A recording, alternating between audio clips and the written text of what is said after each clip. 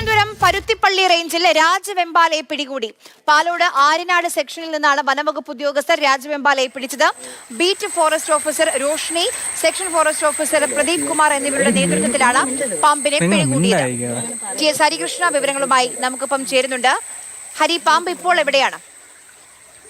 പാമ്പിനെ വനംവകുപ്പ് ഉദ്യോഗസ്ഥർ പിടികൂടിയിട്ടുണ്ട്.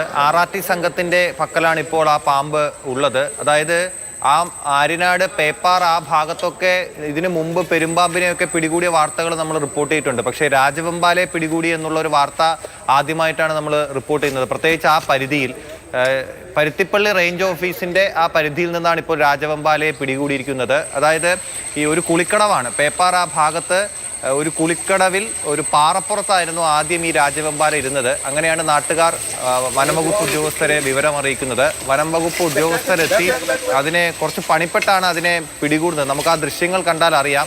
ആ വനംവകുപ്പ് ഉദ്യോഗസ്ഥരുടെ ആ കൂട്ടിലേക്ക് അത് കയറാൻ മടിക്കുന്നുണ്ട്. പിന്നെ അതിനെ കുറച്ച് പണിപ്പെട്ടാണ് RRT സംഘം റോഷ്നി, പിന്നെ Pradeep Kumar, section forest officer, അദ്ദേഹം ഇവർ രണ്ടുപേരുടെയും നേതൃത്വത്തിലുള്ള സംഘം അതിനെ പിടികൂടുന്നത്. ഇവർക്കൊപ്പം പാലോട് റേഞ്ചിലെയും ഒപ്പം തന്നെ ആര്യനാട് റേഞ്ചിലെയും ഒക്കെ സ്റ്റാഫുകളൊക്കെ ഇവർക്കൊപ്പം ഉണ്ടായിരുന്നു. അവരുടെയൊക്കെ നേതൃത്വത്തിലാണ് ആ വളരെ പണിപ്പെട്ട് ആ രാജവെമ്പാലയെ പിടികൂടി കൂട്ടിലേക്ക് ആക്കുന്നത്. ഈ സംഘത്തിൽപ്പെട്ട ഇത്രയും പേര് മാത്രമല്ല, നാട്ടുകാരുടെയൊക്കെ സഹായം ഉണ്ടായിരുന്നു എന്ന് ഇവരടുത്ത് വിളിച്ചപ്പോൾ ഇവർ പറയുന്നുണ്ട്.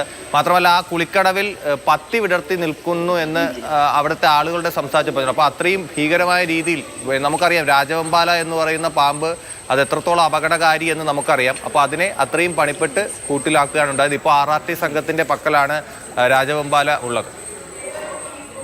ശരി, നിങ്ങൾ മിണ്ടായിരിക്കും.